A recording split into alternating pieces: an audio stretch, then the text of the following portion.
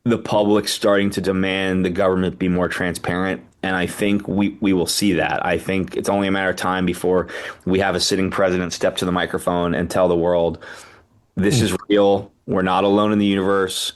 We are, in fact, in a high stakes technology race that the U.S. intends to win.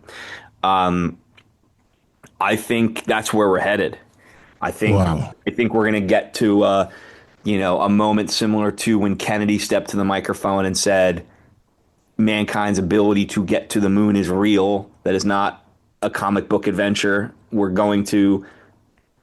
at the early days of a space race. We're going to win. We're going to put the resources towards it. That was one of the most famous presidential speeches of all time. And he also said in that speech that these technological advancements that were getting us, that were involved in the space race, that was technology that could be used for good or for evil. And he has this great line in that speech. He says, technology has no conscience of its own. It's up to man whether we use it for good or for evil. And he was saying the U.S. intended to lead the way and use that technology for the betterment of all mankind and not to create a new sea of war. And that's a very similar situation to what we're in now with even more advanced technology, which is why it's so important that the U.S. lead the way. Have any of these species been described as what we would understand with two pillars standing up, ocular, pieces that see out from the top of Yeah, a head? they've been described as humanoid. Yeah, they've been described as humanoid, and and again they've been described to be different, meaning different species. Um, It's so wild. It's like you said a second ago. You said it so perfect. It's like we listen to this. We can't even comprehend it. What surprised you more, Dan? That what these governments were hiding, or how far they'd go to keep it hidden? I think both. I think when you see the movie, we do unpack how we got here. The interview subjects unpack how we got here, what the circumstances were when all this started, and why it went down this path of secrecy. And it makes sense when you hear it at first, right? So this all started in the 40s. We had just come out of World War II, right? We had just won the atomic race. The U.S. won the atomic race by dropping, by cracking the atomic bomb first and then dropping it on Japan and ending the war, right? And then soon after that, we recover this technology of non-human origin, this super advanced craft that had crashed, right? And no one in the military or government wanted to make the public freak out at that time and think we were entering another, crisis, another war, another, dangerous situation. And they didn't want to say, hey, there's this threat out there, this more advanced technology that we can't protect you from, right? No one wants to hear that. So in the 40s, it made sense for them to keep this buttoned up and look into it and try to get more answers before they tell the public about it. But then that period was soon followed by them realizing that these events had happened in other countries too, and that there was a technology race that was starting back then. And so then the secrecy was driven by, okay, well, we don't want to tell the public because we can't tell the public what we know and don't know without telling our adversaries what we don't know and what we know, right? And so then wrote secrecy, and then that just gets compounded over the years. Now, at the same time, one of the early ways this was kept secret was by telling the public it wasn't real and creating a stigma around it.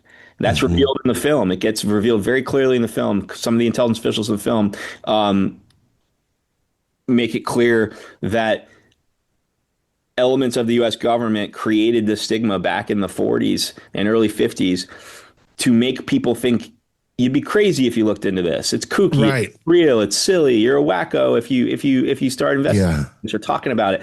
And that was their way of keeping people away from the truth.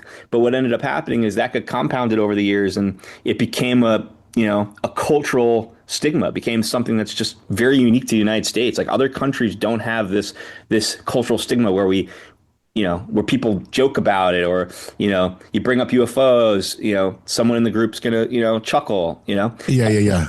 And so all of that has made the situation hard for the public to wrap their head around. They think it's not real, but they think it's not real because of the extent of the cover up. And so the people who in government who have found out what's been going on and and want to make sure that the United States wins this technology race, they've decided it's time to make the public aware that there's a real situation, there's a real set of circumstances, and everyone should pay attention to it. You know, you've got a film that hints, like you mentioned, global arms race, not for weapons of war, but for propulsion systems, material science, maybe even possible contact. And this film just isn't about aliens. It's about rethinking everything, history, tech, our place like in the cosmos. What's the one idea in this film that still keeps you up at night? Well, I think it's something that Rubio said in my interview with him. He said that one of the things that keeps him up at night is the idea that strategic surprise often changes the course of human history. And strategic surprise happens when people are not prepared for or wrapping their heads around things they haven't experienced yet. And he uses examples. He says, we didn't think that the Japanese could get their torpedoes to hit us at Pearl Harbor, but they did. And we didn't think that terrorists would come to the United States and train to fly commercial airplanes and use them in a terrorist attack, but they did, right? And he says what keeps him up at night is the idea that there are people in the military, intelligence community, and government that are not taking this serious and thinking about what could happen because they haven't experienced it yet, or because they find it hard to believe that there are other intelligent life out there. And the fear is, if we don't start taking this more seriously as a nation and making it the national priority and conversation it deserves to be, we put ourselves in a position where something bad might happen, and then we'll be saying shoulda, coulda, woulda. Dan, I mean, the links are all in the show notes. This film, unbelievable. In your gut, just yes or no as we end here. Not your research, not your Rolodex, but your gut. Do you believe non-human intelligence is already among us right now? I have 100% been convinced that there is non-human intelligent life interacting with the human population. 100%. This was a fantastic conversation. My only hope is to chat with you again sometime. I'd wish you luck on the film, but you don't need that at all. Thank you so much for your time, my man, for being up and Adam. Appreciate you. I appreciate it. The movie comes out tomorrow, Friday, in theaters in New York, DC, and LA, and worldwide on Prime Video. You can rent it. You can buy it. It's got subtitles for every single language. It should be a movie that everyone watches this weekend and everyone talks about at Thanksgiving dinner. Absolutely going to happen. It's going to happen in this house for damn sure. Appreciate you, buddy. Thank you, man. Talk soon. Thank you. Thanks again, Brandon, for sending that to me. I really appreciate you, my man. No problem. You see my notes. If you want more time, you have it. Oh, really? Oh, sure. How much time? Did you tell me when? Yeah. No, that the last station had to cancel. So just FYI, Dan, because they had a tech issue. So Adam, if you wanted to take the top, let's do it, brother. I'd love to talk with you more. Yeah. Another 8 minutes if you want. Oh my gosh, that's incredible. Okay, so there's this quiet moment in the film, where it's like someone's like, it's kind of like this idea of like we're not alone and we're not in charge. If that's true, what do you think changes first? Our politics, our faith, our fear? I think that what's revealed in this movie will lead to changes in a lot of ways. I think that first and foremost, it'll make all of humanity realize that we are all in a situation together. Despite our differences, we are unique in that we're human, and there is more advanced intelligent life out there that we have to interact with and that we can learn from. I think that when we get to that place where this becomes a humanitarian issue, really interesting things are going to happen.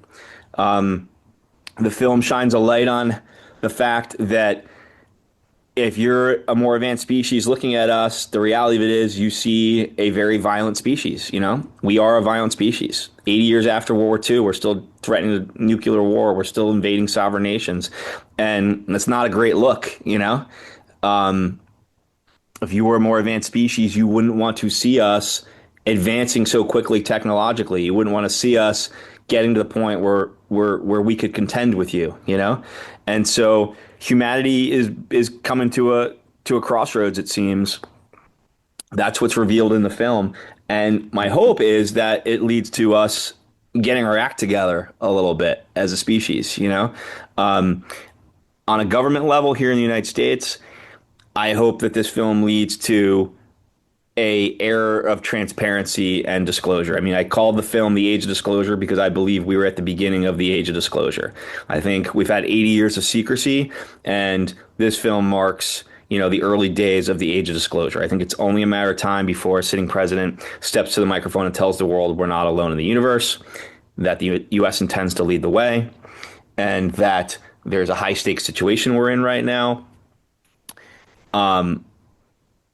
These are the kind of changes I think will come about. In terms of religion, I don't think these realizations wreck religion. You know, people who are very, very focused on the Bible would say, you know, God's universe is vast. Like, who's to say humanity is not? Who's to say humanity is the only intelligent life God created? No one said that. You know, and so I don't think it's fair to assume that this wrecks religion. I think all religions still stand valid, and people's beliefs should not be shook by these realizations. So it's understood that we see them as more advanced. Has there been any form of mutual either communication or us trying to convey things to whatever, or have we just kind of seen maybe things of theirs that have either died or they didn't get, quote, caught? What have you learned in any of that realm? Some of the interview subjects in the film go on the record on camera talking about contact events that have happened involving non-human intelligent life and officials from the CIA and the Air Force. And they go on the record and put their reputations on the line saying that they know that to be true. And one important thing I'd like to say is this film's not trying to convince anyone of anything. You know, I'm not trying to sell anyone an idea or like, you know, I'm not going to court to make an argument here, right? All I did is I gave a forum to 34 very brave, incredible people to comfortably share their truth amongst other credible people, right? Like, they didn't have to go out on a limb on their own. They had safety in numbers. You had, you know, generals and admirals intercut with our Secretary of State and, you know, sitting senators that want to run for president one day. Like, all these people who had a lot to lose, they all went arm in arm to share their truth. And all I did is gave a platform to these people to comfortably share their truth and put it together in a digestible way where the average person could watch this and learn this information in a digestible way. You know, that's important to know. You know, people can watch this and make up their own mind what they choose to do about it. My hope is that at the very least, they shout out to their representatives on social media and say, hey, take this serious for us. You know, we elected you to look out for us on important issues. And in the same way that, you know, you lobby for, putting funding towards counterterrorism and other serious issues, go do that for us, you know? Is our understanding of their tech and the way we see it that it's something that evolves? I mean, you know, my dad told me a story yesterday as I told him I was going to talk to you. He doesn't tell the story publicly ever because he doesn't want to seem crazy. But in 1978, he saw this crazy thing over the San Fernando Valley. It got written up in like Nevada and other stuff. And he just kind of kept it to himself over the years. But it was like, you know, saucer, light, things like that. But now we hear of things like, you know, these jets, these things moving quick and they're coming out of the water. Do we understand that even their technology has changed over the last 50, 60, 70 years? Yeah, we have 100% observed the United States and elements of the United States have observed advancements in UAP technology as well. And it's interesting what you said about your dad, because that's across the board, man.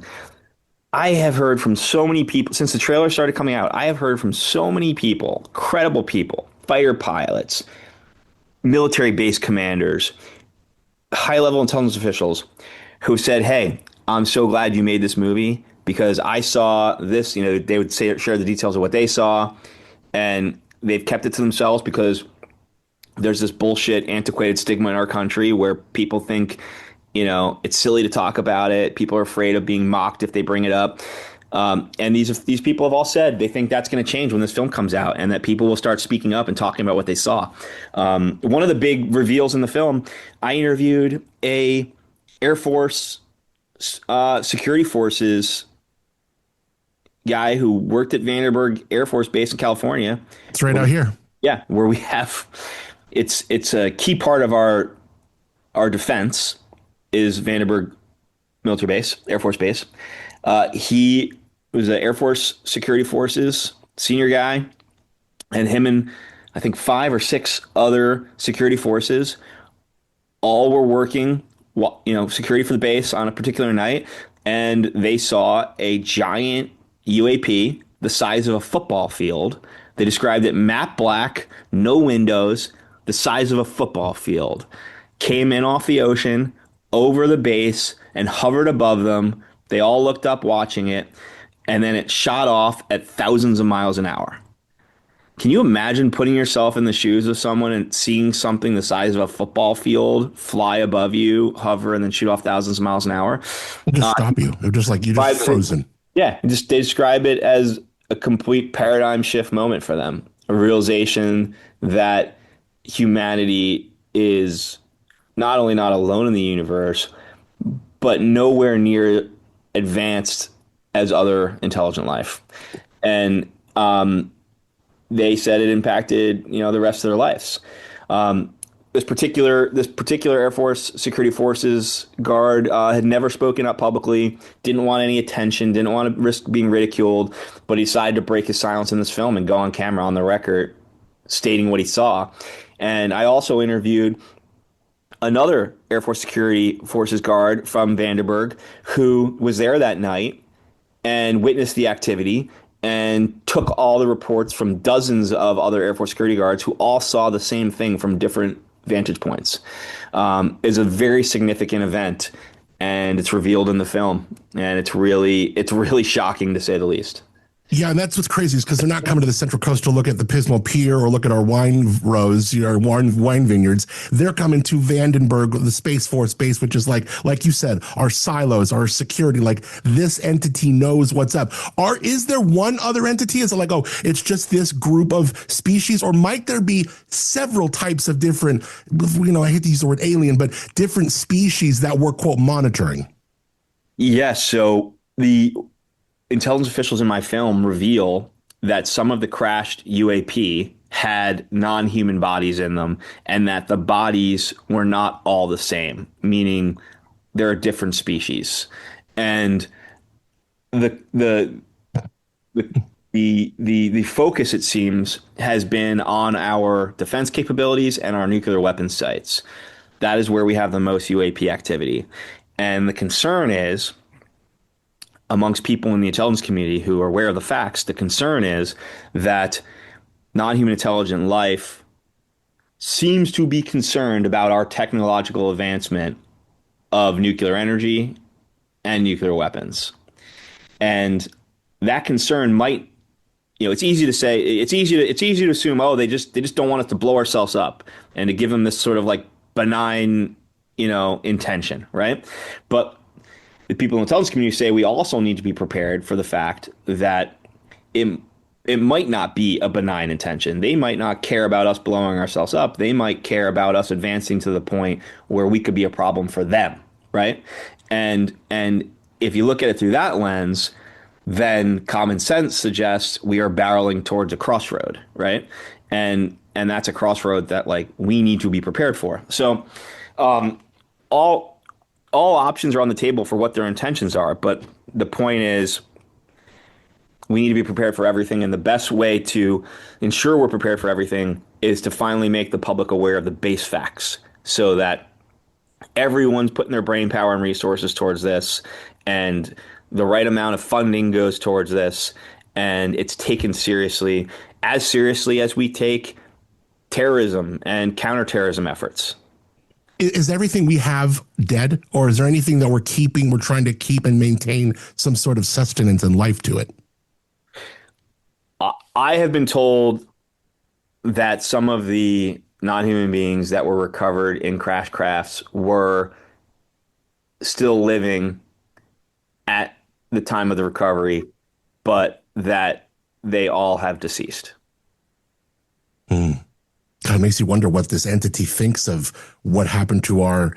If they even think it's just so wild. Like, our mind has not even been like trained to even go to these thoughts. I mean, what you put together with this film, it's just unbelievable. And it's in major markets, in theaters this weekend, but it's going to be for everybody because everyone's got Prime these days. So you can watch this film. And like you said, this needs to be the conversation, at the table on Thanksgiving, because this is just wild. What are we going to do about it? And in a time where, we saw what happened during COVID, we're watching things all now, and whether JFK and this, you can go all the conspiracies you want down all those paths. But, when you're not being told the truth, you want to dig and find it. And this movie film, it digs and it finds. And like you said, we have dozens of people who are willing to put their careers, everything they know on the line to speak up and put it on the line. So unbelievable, Dan. I hope we get a chance to cross paths again.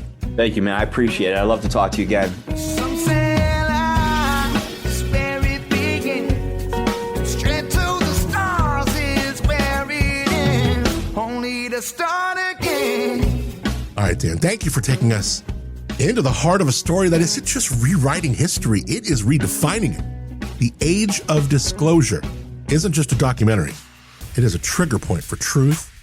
And no matter where you've been on this subject, and whatever it is that we are now finally admitting and talking about, we're finally admitting and talking about it. Whatever it is, it's here. It's whatever it is. It's so weird to me. It's like you feel your brain stretching because you're like, I can't even comprehend what we're really talking about here. Head to theageofdisclosure.com for tickets. I got links in the show notes. Also, this movie, after it hits the big markets in theaters this weekend, it's going to go straight to Amazon Prime. So anybody will be able to check it out. All right, I'm going to have like the X-Files theme in my head all day long. Weird stuff. Man, all right, let's shift gears to my favorite part about finding forever homes for dogs, even cats. She is the wonderful Robin Coleman, the Woods Humane Society. Robin, always love chatting with you each Friday. Thanks for being up and Adam. Good morning. Hey, good morning. How are you? Great to chat with you. I'm fantastic. How's your week been? Oh, me too. I am fantastic. I got, my birthday's this weekend. I got my birthday wish. My pet of the week last week got adopted. Yes. My boy Z, who I was madly, and still obsessed and in love with. I prayed he would be able to stay in my life in some way. And one of our friends in radio ended up adopting him after we talked about him last week. So I get to still be in his life in some way. That's good, because I was surprised it's Tom from K-Jug, and I was like, oh my God, because I used to do the morning show with Tom, and he would always be like, Yep. how do you treat your dog like a person? Yeah. I'm like, because it is a person. Yep. But I know that Tom just might be in the perfect pathway of, where this is going to change his life. And a dog like that definitely he said could. something came. Yeah, he said something came over him, and he just heard about me, and it just sounded exactly what he needed in his life. He didn't want a puppy. He doesn't want some high energy. But now Z is just going along with him. He's a little mascot for K-Jug. I tune in and I get to listen and how are you treating my boy? But he is such a good boy. See, I don't lie to you guys when I'm telling you when I say this dog is so great, this dog is so chill, this is the perfect, I wasn't lying. And he's like, wow, everybody loves Z. Everywhere I go, everybody loves Z. So I'm thrilled that Z found a home and I get to be his dog sitter. Oh, that's fantastic. Well, I'm so happy to hear that. That was great. When you sent me that picture, I just thought that was the absolute sweetest picture. I love it. Well, good. Let's talk about Paco.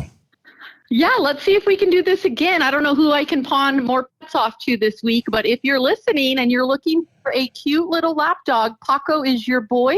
Paco is just about 7 years young. So Paco is fee waived. We're doing fee waived seniors all month at Woods, Cats and Dogs. We have already got several adopted, but we have a handful more, and we just have, about a week or so left of November. I can't believe it, but I would love to get all of our seniors adopted this month, fee waived on 7 and older. Paco previously lived in a home with cats and dogs and kids. He did well with all things. He's just an easygoing little guy, under 10 pounds.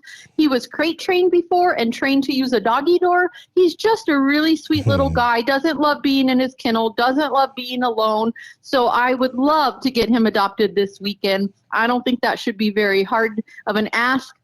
A lot of people are looking for those little lap dogs. He is cute as could be. He'll let you dress him up in sweaters. He loves to be tucked into with a blankie. So check him out. He's up on Instagram and Facebook. Those Chihuahua lovers out there, Paco would love to meet you. We're open 7 days a week from 12 to 4 to meet animals. And you can obviously help us by sharing our social media posts. He's up on Instagram and Facebook. Share, tag your Chihuahua loving friends. I say it all the time, and it happened last week when I wasn't expecting it. You never know who might see a picture, hear a story, get moved to just come in and meet an animal and fall in love with them. Even Tom, who said he wasn't even that big of a pet person, even Tom got moved last week. So you just never know. Share those posts and get people to come into shelters. These little loving creatures are just waiting for you. It truly can happen to anyone. I love that. And really, what a special animal, as all of them are at Woods. So go to woodshumane.org. What else has been cooking over there? What you getting into before Thanksgiving? Well, Giving Tuesday has become a really big fundraiser for nonprofits. When you fundraise for nonprofits, you never know. You never know if money is going to come in, because you're always begging and pleading and asking. And sometimes you get yeses and sometimes you get nos and sometimes you just don't hear anything back. But we have been able to count on Giving Tuesday to become a time of year that people are generous and they give. And we are offering a donation match, which is our favorite thing to do. It inspires more people to donate. And we really could not say yes to these animals if it were not for these monetary donations coming in. We do rely on monetary donations. We are a nonprofit. Our little story that we shared this week was your type of dog, Adam, a cute little scruffy terrier puppy that came to us with parvo. And parvo is really dangerous. They get really sick. It's really contagious. And most shelters do not treat it. They cannot treat it. Unfortunately, a sweet, young, beautiful little pup like Gerald would have got euthanized at another shelter. So we have a wonderful success rate here with treating parvo, keeping it contained. This little guy ended up in the ER for multiple days, thousands of dollars, many, many weeks of care around the clock from our team. And this guy is thriving. He's in a home with another dog. They post pictures of him all the time. He's living his best life. And the reason he is because we were able to fundraise and give him the medical care he needs. And that happens day after day after day at shelters and at Woods, but we just don't always get to tell all the stories. So Giving Tuesday right now, you can make a donation on our website, come into either one of our lobbies. $10 becomes 20, 40 becomes 80, 100 becomes 200. This is the time to donate. You do your retail shopping, you do your Cyber Monday, all that stuff, but don't forget to give back to those nonprofits. We're working really hard to help our community, and we need those donations too.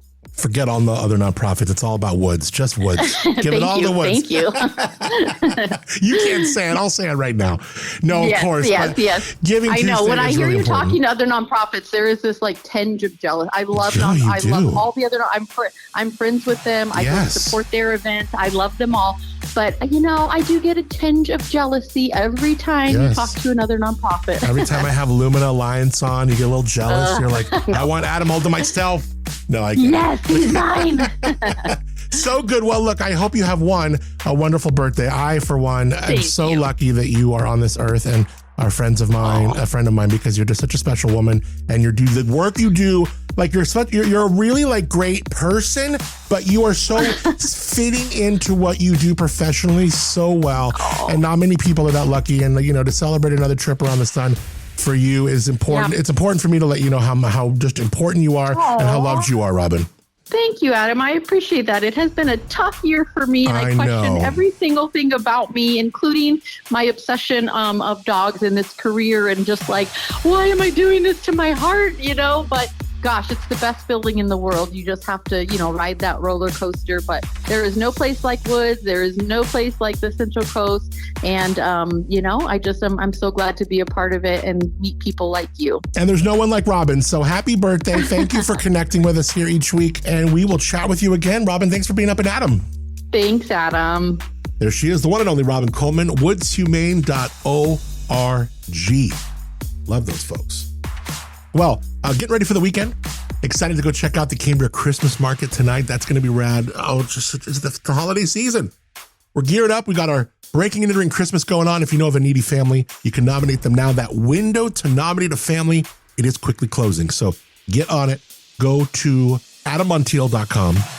It's AdamMontiel.com. Click Breaking and Entering. You can learn all about how to nominate a family, how you can donate, how you can help, whether you want to get involved with your business, whether you want to donate a little cash, maybe you want tickets to Jingle Jam.